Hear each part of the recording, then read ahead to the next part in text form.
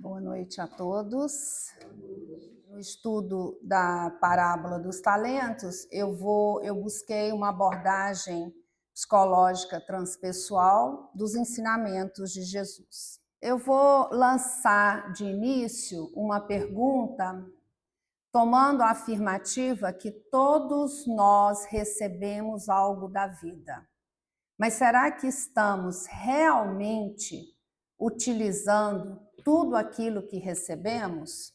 O estudo eu baseei muito nesse livro do Alírio de Cerqueira Filho, que é um psicólogo transpessoal, o qual eu me identifico também a minha área de atuação. Vamos escutar a parábola que está lá em Mateus 25, nos versículos de 14 a 30. Eu vou ler aqui para vocês. Porque isto é também como um homem que, partindo para fora da terra, chamou os seus servos e entregou-lhe os seus bens. E a um deu 5 talentos, e a outro 2, e a outro 1, a cada um segundo a sua capacidade. E ausentou-se logo para longe. E tendo ele partido, o que recebera 5 talentos, negociou com eles e granjeou outros 5 talentos. Da mesma sorte, o que recebera 2, granjeou também outros 2. Mas o que recebera 1 foi e cavou na terra e escondeu o dinheiro do senhor. E muito tempo depois veio o senhor daqueles servos e ajustou contas com eles. Então aproximou-se o que recebera 5 talentos e trouxe-lhe outros 5 talentos. Eis aqui outros 5 talentos que ganhei com eles. E o Senhor lhe disse: bem está, servo bom e fiel. Sobre o pouco foste fiel, sobre muito te colocarei, entra no gozo do teu Senhor. E chegando também o que tinha recebido 2 talentos, disse: Senhor, entregaste-me 2 talentos, eis que com eles ganhei outros 2 talentos. Entra no gozo do teu Senhor. Mas chegando também o que recebera 1 talento, disse: Senhor, eu conhecia-te que és um homem duro, que ceifas onde não semeaste e ajuntas onde não espalhastes. E, atemorizado, escondi na terra o teu talento. Aqui tens o que é teu. Respondendo, porém, o Senhor disse-lhe: mau e negligente servo. Sabes, como você já sabia de tudo isso, né? Sabes que ceifo onde não semeei e ajunto onde não espalhei? Devias então ter dado o meu dinheiro aos banqueiros, e quando eu viesse, receberia o que é meu com juros. Tirai-lhe, pois, o talento e dai ao que tem os 10 talentos. Porque a qualquer que tiver, será dado, e terá em abundância, mas ao que não tiver, até o que tem, ser-lhe-á tirado. Lançai, pois, o servo inútil nas trevas exteriores. Ali haverá pranto e ranger de dentes. Bom, Jesus utilizava as parábolas para ensinar, né, sobre falar da relação nossa com Deus, com o divino, com esse sagrado, e era uma forma que ele tinha de falar com aquelas pessoas simples da época. Então, ele usava naquela época elementos, né, que eles pudessem compreender mesmo de forma metafórica. Então, talentos eram uma medida que se fazia. Um talento correspondia a 6.000 denários. O que eram 6.000 denários? Eram 6.000 dias de trabalho. Jesus estava falando então de dinheiro, de investimento, já naquela época, né, que você vai pegar o seu dinheiro. Não, ele estava usando isso de forma metafórica. E a riqueza das parábolas é que nós podemos pegar todos esses elementos e trazer para o nosso dia atual. Então, as parábolas elas podem ser usadas a qualquer momento. Então, o que Jesus está trazendo no cenário que ele está descrevendo, trazendo para a nossa realidade e, na verdade, para aquilo que ele queria dizer? O Senhor está representando Deus. Os 3 servos, a humanidade. Os talentos são os recursos que recebemos de Deus para evoluir. Os servos que receberam 5 e 2 talentos foram considerados diligentes. O servo que recebeu 1 talento foi considerado negligente. Eu fui buscar no livro Palavras de Vida Eterna, que foi psicografado por Chico Xavier, pelo Espírito Emmanuel. No capítulo 7, ele vai falar, o título é Melhorar para Progredir. E o Emmanuel, ele usa esse recurso, que é, ele pega um trecho lá do Evangelho e ele vai, então, descrever a partir desse trecho o que é, né, como se ele fosse explicar. E ele faz isso de uma forma extremamente poética. Então, ele pegou exatamente essa parte. E a um deu 5 talentos, e a outro 2, e a outro 1, a cada um segundo a sua capacidade. Jesus, Mateus 25, 15. E aí começa o texto do Emmanuel. Ele diz, melhorar para progredir. Eis a senha da evolução. E aí, como eu falei, de uma forma muito poética, ele diz, passa o rio dos dons divinos em todos os continentes da vida. Contudo, cada ser lhe recolhe as águas segundo o recipiente de que se faz portador. Nesse momento, aqui o que Emmanuel está falando é da equanimidade de Deus. Porque Deus, quando ele estava contando lá a parábola, que o Senhor deu 5 para 1, ele não estava dizendo que o Senhor, no caso Deus, olhou para um e falou assim, não, aquele cara, aquele cabra eu gosto dele, aquele eu vou dar 5. Esse aqui eu gosto, mas não é muito, não, eu vou dar 2. Não, esse aqui, nossa, esse aqui parece que é difícil de engolir, eu vou dar só 1. Não é assim que ocorre, né? Então, a divisão, essa equanimidade, essa diferença na distribuição dos talentos, se diz de acordo com a nossa capacidade, no caso aqui ele metaforicamente está usando, no recipiente que nós temos condições de pegar as águas desse rio com os dons divinos. E ele continua falando. Não ouvides que os talentos de Deus são iguais para todos, competindo a nós outros a solução do problema alusivo à capacidade de recebê-los. E ele diz, a alegria e o fulgor dos cimos jazem abertos a todos aqueles que se disponham à jornada da ascensão. Que é o quê? Ele está reforçando aqui a necessidade nossa, do nosso esforço pessoal. Nós vamos receber esse talento, mas nós precisamos desse esforço, né?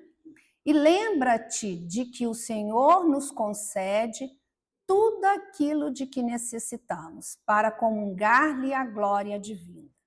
Entretanto, não te esqueças de que as dádivas do Criador se fixam nos seres da criação, conforme a capacidade de cada um.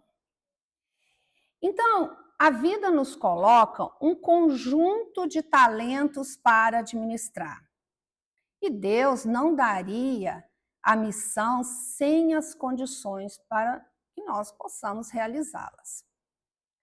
Se a gente for pensar no termo talento, e fôssemos fazer um paralelo entre uma visão materialista e uma visão espírita, a gente vai ter que talento numa visão materialista, nós vamos pensar que é algo, um acaso genético, uma hereditariedade, enquanto que na visão espírita nós vamos falar de bagagem de vidas passadas, que é o processo da reencarnação. Na visão materialista, nós vamos falar de sucesso pessoal e sobrevivência. Na visão espírita, nós vamos falar de ferramenta de evolução e auxílio coletivo. Na visão materialista, nós vamos falar em sorte ou desigualdade natural. Alguns têm sorte, recebem um talento, outros, por desigualdade social, não têm tanta possibilidade de acesso. Já na visão espírita, nós vamos falar em mérito individual e necessidade de aprendizagem. Então, esses recursos dados, né, que são os talentos, a partir, então, dessa concepção da visão espírita, nós não estamos na vida para não fazer nada. Recebemos talentos da vida como empréstimos e nós precisamos prestar contas. O que é esse prestar contas? A gente fala muitas vezes. Após o desencarne, o que você leva para o plano espiritual é a sua consciência. Nossa, eu fiz, como eu usei aquilo que eu recebi? Como prestar contas é nesse sentido. Não os temos de verdade, eles são emprestados, temos apenas o usufruto. De nosso temos o esforço para multiplicar os talentos. Então, é muito importante que nós possamos entender que nós não somos cobrados pelo quanto recebemos, mas pelo que fazemos com o que recebemos. Então, por exemplo, vamos imaginar que uma pessoa veio com um talento da inteligência, tá?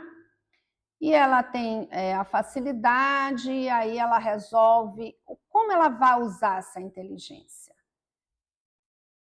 Porque você pode usar o seu talento, como lá falou, né, para o bem coletivo, para o seu desenvolvimento, aperfeiçoamento e bem coletivo, ou você pode usar de forma distorcida.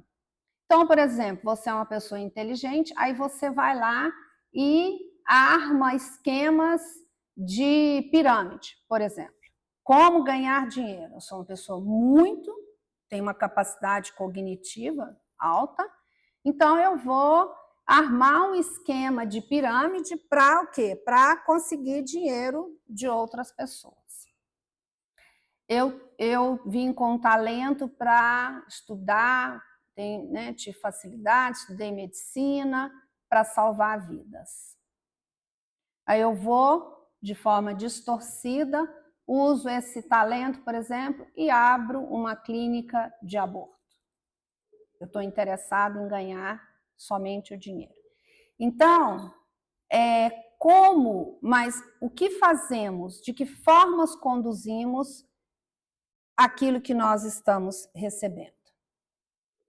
E aí, cabe trazer a pergunta, eu acho que aí é importante a gente trazer para a nossa realidade e lançarmos as perguntas hoje, internamente, quais talentos eu recebi? Eu estou multiplicando ou eu estou escondendo? Eu fui lá e fiz igual o servo que recebeu uma, por medo ele foi lá e enterra, porque ao enterrar ele estava com tanto medo do Senhor que ele pelo menos falou, não, pelo menos aqui eu vou garantir que eu vou devolver aquilo que eu ganhei. Tenho medo de errar ou preguiça?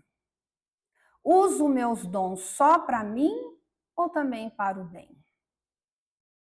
Na parábola, O servo negligente, o que a gente percebe? Percebemos que ele recebeu um bem e quis se afastar das consequências pela administração desse bem. Por quê? Porque ele não se acreditava capaz para fazê-lo. Então, ele usou o mecanismo de afastar. Para quê? Para que ele não ficasse ali tendo que administrar as consequências daquele ato. E nós fazemos isso, gente. Muitas vezes na vida, nós também afastamos de várias situações. Por que nós afastamos? Nós afastamos porque nós temos medo de fracassar, por medo de errar, por medo de ser julgado, por medo de ser excluído e por medo de ser criticado. Eu vou usar, por exemplo, o meu exemplo, vou me colocar como estar aqui dando essa palestra não é algo assim tão confortável para mim. Por quê? Porque estudar a doutrina espírita é algo relativamente novo na minha vida. Né? Eu posso vir aqui fazer uma palestra, provavelmente eu nem vou precisar tanto do recurso do Data Show se eu fosse falar da minha área de atuação dentro da psicologia, porque é algo que eu tenho domínio. Quando eu me proponho a estar aqui, eu fico, e eu tenho conversado com várias amigas e amigos palestrantes, me parece que é um movimento que acontece muito facilmente. Nós ficamos, eu pelo menos fico um mês preparando, no mínimo, para fazer a palestra. Por quê? Porque eu vou estudar, porque eu tô olhando para o medo. Ele existe, ele é real. Eu tenho medo de fracassar, de chegar aqui e fracassar? Tenho. Porque eu me coloco num lugar onde a responsabilidade do que eu estou trazendo para vocês. Mas sabe aquela expressão, vai com medo mesmo, mas vai? Eu estou aqui assim, com medo, mas eu estou. E toda vez que eu termino no processo eu já estou lá no sofrimento, né? Primeiro é aquele sofrimento, aí começa a estudar, né? Não falei que quinta eu fui lá e apresentei uma palestra, hoje eu já estou apresentando outra palestra.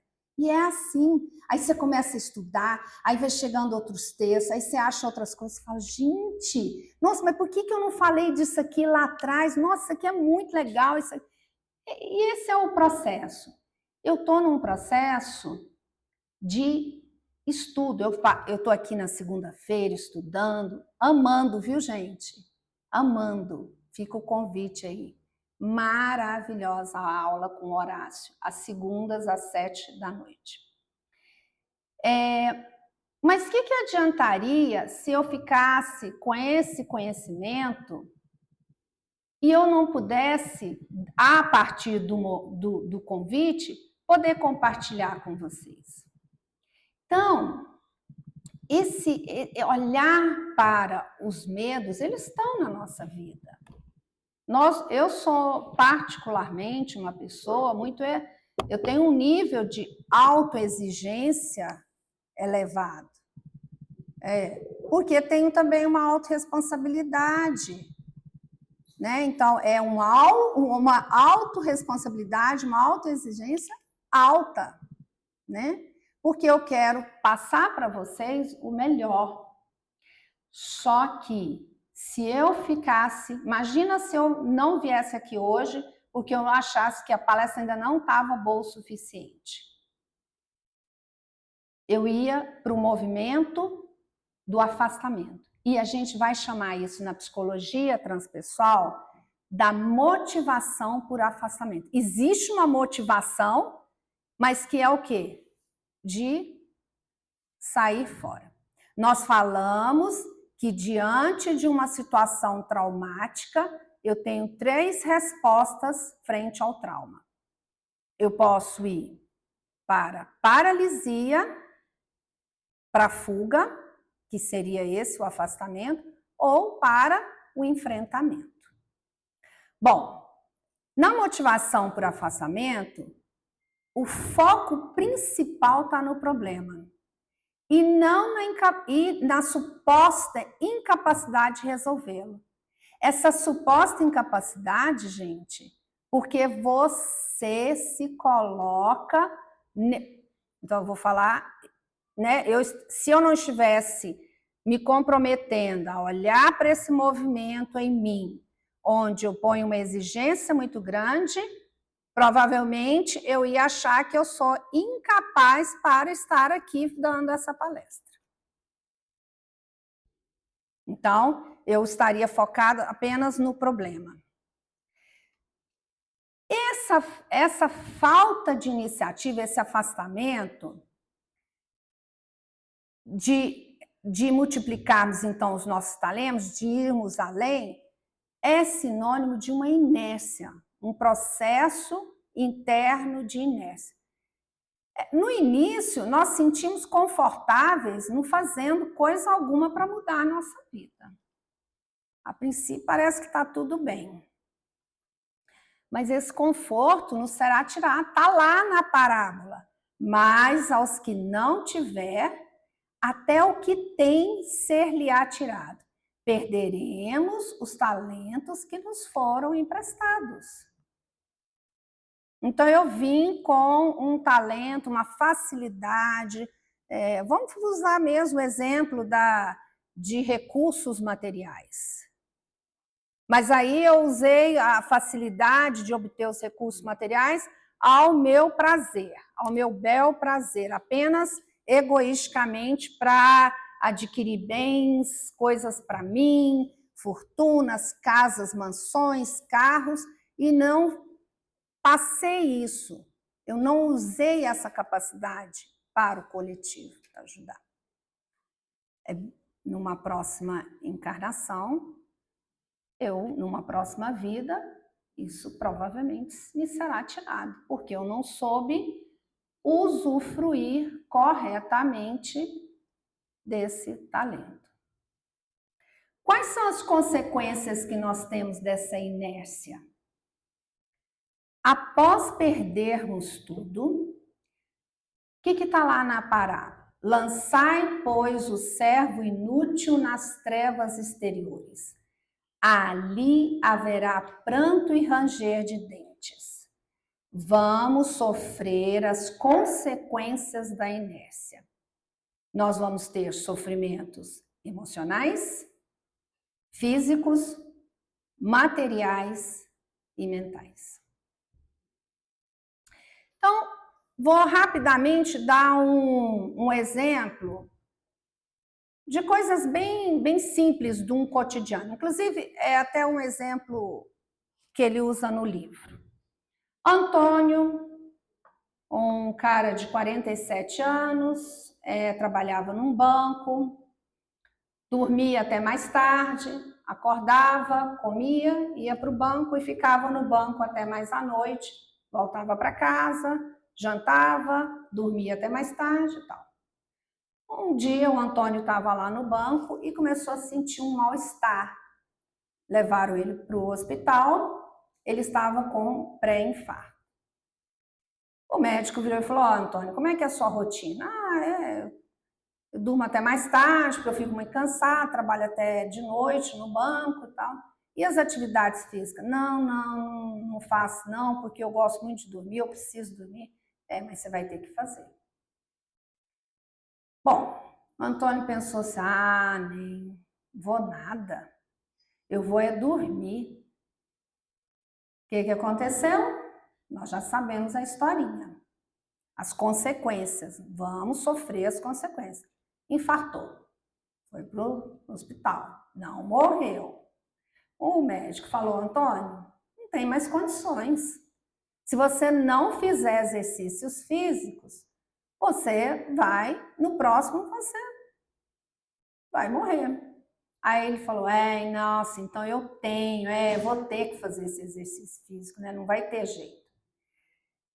Então, como ninguém gosta de sofrer, Após iniciar as consequências de sua negligência, a pessoa se motiva a sair da inércia porque ela quer se afastar do mal-estar que isso gera. Ela ainda não está focada no resultado positivo ela quer só, de novo, ela ainda está usando o mesmo recurso interno que é o afastamento. Só que agora ela está afastando dessa consequência de não estar se cuidando. Então, as frases que vêm, eu tenho que fazer isso, mas é tão difícil. Eu precisava realizar tal coisa, mas eu não sou capaz. Eu necessito fazer isso, mas não consigo. Então, o que está acontecendo nesse processo? Um círculo vicioso, que é o processo que nós vamos chamar de autossabotagem. Nós forçamos a algo, porque nós já entendemos que precisamos, mas é um entendimento egóico, obrigando-nos egoicamente. Não é uma decisão genuína, verdadeira. É o seu ego gritando ali, ó, vai lá, vai fazer, você quer ficar aí. Achamos que deve ser feito, só que tem um detalhe. O ego, quando ele é forçado a fazer algo, porque o ego ele está muito ligado a uma parte que a gente inclusive vai falar do ego infantil, e por isso que em algumas, por exemplo, doutrinas ou religiões ou estudos, o próprio budismo vai falar da necessidade de eliminarmos o ego, porque o ego ele está a serviço da nossa criança interna. Então, ela é rebelde, na maior parte das vezes. Ele fala o seguinte, ah, não, eu vou fazer isso, mas eu vou fazer só até um tanto. E aí, o ego reage determinando o contrário daquilo que desejamos. E isso a gente vê facilmente, gente. Por quê? A gente vê isso, inclusive, em relacionamentos ou coisas que você deseja na vida. Quantas vezes eu já escutei pessoas falando, Denise, mas eu quero aquilo. Olha, eu não sei o que acontece, eu quero isso, mas quando eu vejo, eu estou no caminho contrário. Por quê? A motivação, o que realmente está impulsionando, não é o seu desejo genuíno dessa conexão maior, é o desejo do ego. E o ego, ele vai sempre querer ter uma contrapartida com você, ele vai te negociar. Tá bom, eu vou fazer isso agora, só que não é tão consciente assim, né, gente?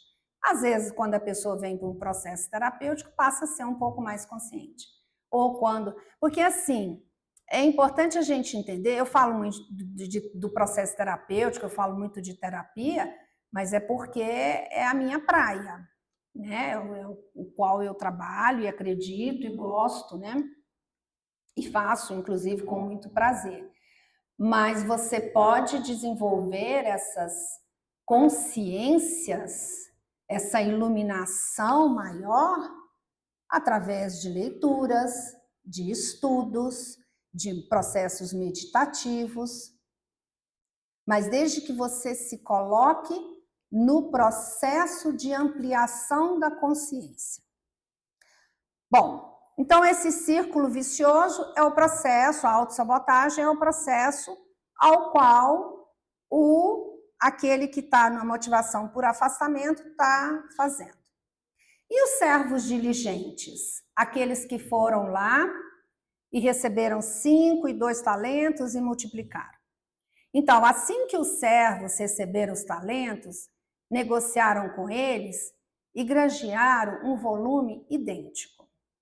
Eles determinaram para si mesmo um objetivo e, sem parar para pensar no trabalho que daria para realizá-lo, foram a campo conseguir o intento. Então, não fica ali remoendo, eu não vou falar, isso é difícil. Não, eu tenho que fazer, é isso que precisa ser feito? Eu vou lá fazer. Isso, então, é o contrário, é a motivação por aproximação. E onde é que está o foco? Eu quero solucionar o problema. E não medem esforços para realizá-la. São pessoas cheias de entusiasmo, nas quais se manifesta o divino, elas estão na conexão. Aproximam das coisas que lhes são importantes, os objetivos que geram recompensa e prazer. Nesse lugar, a pessoa está se nutrindo e nutrindo o outro na relação. Por isso que muitas vezes na doutrina espírita nós falamos não há solução fora da caridade, nós estamos falando do agir, do fazer. A solução no sentido exatamente do quê? Do nosso crescimento aqui, da nossa evolução espiritual. Jesus sempre nos conclamou a uma vida proativa. Nesse lugar, o jugo é suave e o fardo é leve. Existem 4 atributos para que a ação da vontade se manifeste. Por que eu estou trazendo a ação da vontade como algo extremamente importante? Porque a vontade aqui, ela vem de um chamado interno, um chamado para que eu possa estar e me colocando a serviço. A serviço do quê? De algo maior. Quando eu venho aqui, quando eu espero chamarem, hoje a palestrante da noite é a Denise, eu estou me colocando neste, ou estou tentando pelo menos, e de uma forma humilde, não acho que isso me coloca em nenhum lugar diferente de nenhum de vocês, mas a minha postura, o meu colocar é, eu me coloco a serviço.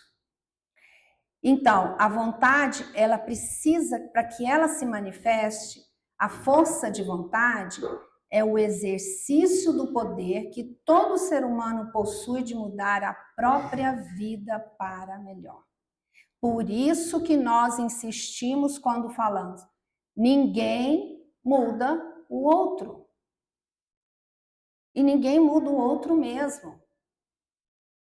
Só a pessoa tem esse poder. E para que ela faça isso, para que ela utilize essa força de vontade, para que ela faça o movimento da mudança, ela precisa de competência. O que é essa competência? É o saber como mudar, usando a inteligência cognitiva e a inteligência emocional. É o equilíbrio entre esses 2 polos. Através, muitas vezes nesse quesito da competência, nas frases que eu trouxe era, eu não sei como fazer. Eu também não sabia muito sobre a doutrina especificamente, então eu me coloco no estudo. Você não sabe como fazer uma mudança que você percebe que precisa? Busque ajuda. Busque ajuda de profissionais, busque ajuda nos livros, busque ajuda com um amigo numa conversa. Busque ajuda e peça para que te mostrem qual o caminho, quais os caminhos eu posso seguir. Nesse lugar, eu preciso exercitar o auto-amor, que é a capacidade de escolher o que é melhor para si mesmo. Mas eu nem sei como mudar, como é que eu nem sei o que é melhor para mim. Então, faça a jornada do autoconhecimento. Mergulhe dentro do seu universo individual. Se conheça. Vá além das suas barreiras. Vá além dos seus medos. E a busca da felicidade, que é, no exercício da vontade, se eu ponho a busca da felicidade, que é proporcionar sentido para a vida humana. É ir de encontro. Nesse movimento, então, eu saio do círculo vicioso e eu caminho para o círculo virtuoso. Eu faço um movimento de aproximação das coisas que lhes são importantes, né? Nós fazemos. Os objetivos que eu crio, que nós criamos, geram recompensa e prazer. São fiéis ao que desejam, mais motivadas, mais resultados positivos, aumentando mais a motivação. Então, é aquilo básico. Alarme tocou, eu tenho que trabalhar. Como que eu estou acordando? Que legal, mais um dia de trabalho. Ou eu, ai meu Deus, mais um dia de trabalho, não acaba nunca. Então vamos, tem que ir para a academia. Coisas básicas, faça essa pergunta. Ai, tá bom, vou lá na academia malhar. Ou como eu estou indo? Estou indo malhar. Coisas simples, eu estou trazendo exemplos do nosso cotidiano. Tá? Nosso tempo já está terminando, mas eu vou encerrar. Ao finalizar essa palestra, eu acho que algo muito profundo me tocou e me veio uma oração. Eu queria compartilhar com vocês quando eu terminei e de algo que era o que eu gostaria de compartilhar com vocês. Só um minutinho. É o que eu hoje falo para mim. Divina presença, coloco-me diante de ti como as estações do ano. Reconheço que minha vida é como a natureza. Há dias de sol e ventos calmos, há dias de ventos fortes, céu fechado e tempestades que me confundem. Ajuda-me a não abandonar o meu caminhar, mesmo quando tenho medo, mesmo quando não entendo, que eu não fuja das tempestades, mas aprenda a atravessá-las com presença, disciplina e verdade. Mostra-me onde ainda deixo-me perder nelas, onde cedo a confusão, a vaidade e a falta de honestidade comigo mesma. Dá-me coragem para ver os nós que eu mesma criei e que eu possa desfazer um a um os emaranhados dentro de mim. Não com pressa, não com violência, mas com persistência e amor pela verdade. Ensina-me a viver tuas leis. Ajuda-me a perguntar menos o que quero receber e mais o que posso oferecer. Que a minha vida sirva ao fluxo do teu amor. Que assim seja. Eu agradeço a escuta, a presença de vocês nessa noite de hoje.